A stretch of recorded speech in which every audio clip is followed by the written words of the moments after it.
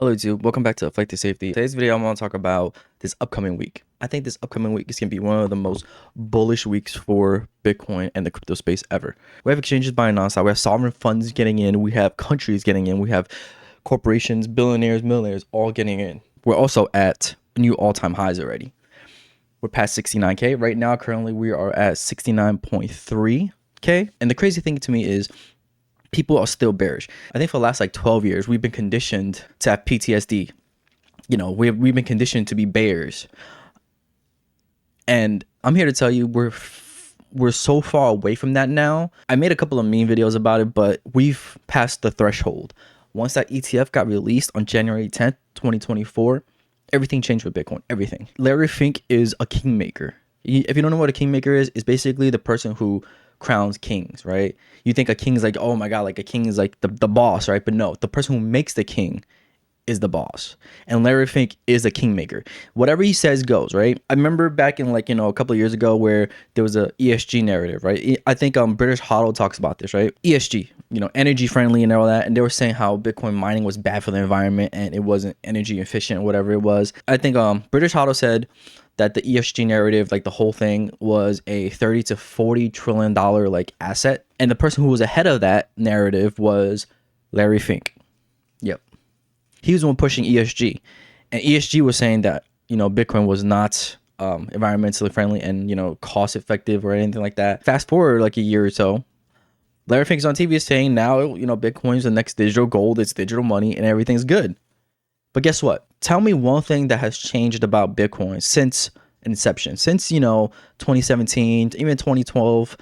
What has changed about Bitcoin? Nothing. The only thing that's changed is our human perspective of it, right? Like our understanding of what Bitcoin really is. That's the only thing that's grown.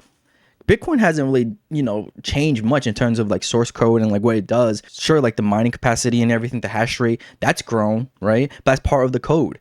Nothing about the code has changed about Bitcoin. The ESG thing, the only thing that's changed about it is our understanding of it. Now we think, oh, like Bitcoin can unlock more renewable energies, even like stranded energy pockets around the world. People can harness that and actually make money from it instead of just leaving it there and having it go to waste. Check out this chart. We're past previous all-time highs, and this has never happened in the history of Bitcoin, right? And we're not even close to having. We still have a month or so left, right? This is the thing that people don't understand about Bitcoin, right? It's like charts and TA will matter, right? But the problem is it doesn't factor in adoption. Adoption plays a big role in price action, right? Also, because there's fundamentals and there's TA. So at what point does TA and fundamentals diverge, right? Because if adoption ramps up, TA doesn't matter anymore. TA only matters when you have an environment where it's, I don't want to say manipulated, but like it's, TA only matters if it's within a box. I've been trading and looking at charts since like 2016, 2017, right? So technical analysis has to go off of different levels, price action, and pockets of liquidity, right? If you break all-time highs, where's the pocket of liquidity at? You know what I'm saying? That's the problem with TA, because this is such a new asset class that doesn't have a box it can fit into. You know what I'm saying? Bitcoin is the one thing that's going to break the mold. Just the sole fact that it's finite asset makes it completely different from every other asset that we have on this planet. It can't fit within any of the boxes that we already made for every other asset class. Why? Because we can't create more of it. So now we have to look at it from a different lens, right? Because that's the whole game theory of Bitcoin, because of greed, human behavior. We're literally seeing the game theory play out right now, right in front of us, and no one is even paying attention to it. I truly do believe this time is completely different. We're going to have a super cycle. Bitcoin is doing stuff that we haven't seen it done ever before, right? That's why I don't think TA this time is going to matter. Oh, we're going to go up to 90K, 120K, diminishing returns. Nah, that's going to go all out the window. Why? Because there's different players in the game now, right? Let's say you and me, retail people, we only have like maybe 100K to play with, right? And sure, if you have 100K to play with, you're only stuck at a table where it's like, let's say only 120K and lower, right? That you could play at. But now you have billionaires and trillionaires here. The table that they're playing at is millions. That's the difference. That's what people don't understand. Like, oh, like 120K, we're going to sell and take profits. Everyone's going to sell and take profits. You know what the problem with that is? Check this out. You see this big green candle here? This is number of Bitcoin bought by ETFs. 33,614, week 9. You know how many Bitcoin was made during week 9? Only 4,500. Now, HODL 15 also says, an asset class with absolute fixed supply, 21 million max, not excluding all the ones that's lost, right? There's about maybe 1 to 3 to 4 million that's lost forever. He goes on to say, we're about to test the law of supply and demand. If oil goes up, more drilling, fracking, and supply increases. If gold prices go up, more mining and supply increases. If Bitcoin price goes up, supply cannot and will not increase. What do you think is going to happen? Which one would you put your money into, right? The ones that you can always produce more of, or the one that's like finite asset and you can't get any more of it, right? The whole thing about value is the fact that it's scarce, right? Think about endangered species. All those endangered species are super rare and important. Why? Because they're endangered. There's not many of them left, right? That's the whole point of Bitcoin. Bitcoin is scarce. It's finite. You can't get more of it back if you lose it, right? The supply will not increase. After 21 million is mined forever, that's it. That's it. The only way you're going to be able to get some is by working for it from someone who has it. Take a look at this chart by HODL 15 Capital, right? To close out today's thread, here's a daily inflows chart for the US Bitcoin ETF. These are daily inflows. How many red candles do you see? The only people that's selling right now is Grayscale, right? I think that's because they have legal issues and they have to sell. But most of the chart is green. Most of the chart is just buying pressure, nonstop buying pressure. Like, here's also the other thing that everybody doesn't take into consideration, right? Let's just assume for 1 second that Blackrock, Fidelity, and all these asset managers, right, are only putting in 1% of the capital. 1%. 1% of the capital to buy all this up.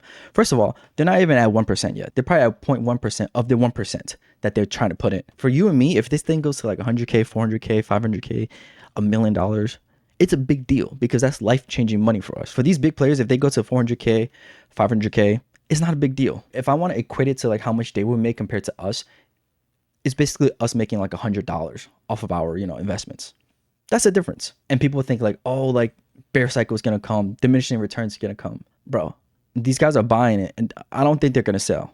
No, the people who are buying it now is like all micro sailors. Just think about all the people that are buying now. They're all micro sailors. They're just going to keep buying and hoarding it and keep buying. And then when the time comes, they're going to have options for it. They're going to borrow against it. They're going to put a loan out against it. And that's how they make their money. That's how the rich get rich.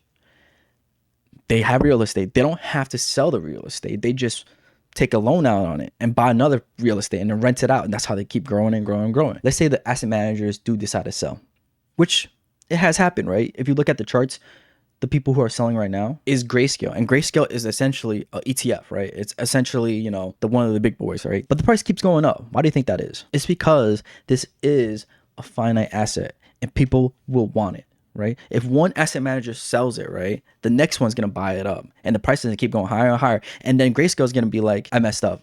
We need to buy as much as we can now before it's too late, before we have none left, before the other players get too big. Because for them, they're all competitors.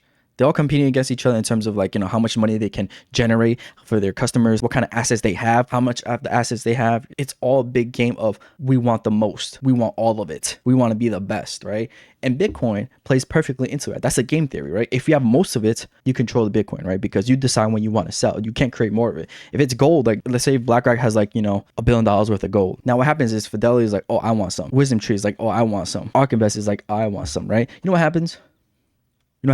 All the miner stocks go up because that's who they invest into, right? They invest into the gold miner stocks, and then the gold miners go mine the gold and they give it to the asset managers. That's how it happens. With Bitcoin, you can't do that. The only way they're going to be able to get any percent of that Bitcoin is by buying it from them. And BlackRock decides what price they want to sell it at. And that's the crazy part because they could be like, nope, I'm not selling this for anything less than $1 million each. And guess what? The price is going to be $1 million each. I want to talk about this in another video too in terms of like altcoin and Bitcoin, but that's for another video. In this video, I just want to talk about the fact that like this week's going to be crazy. Everything has changed. But all right, thank you guys for watching. I hope you guys enjoyed the video. Let me know what you think in the comments below. And yeah, if you like the video, give me a sub. Peace.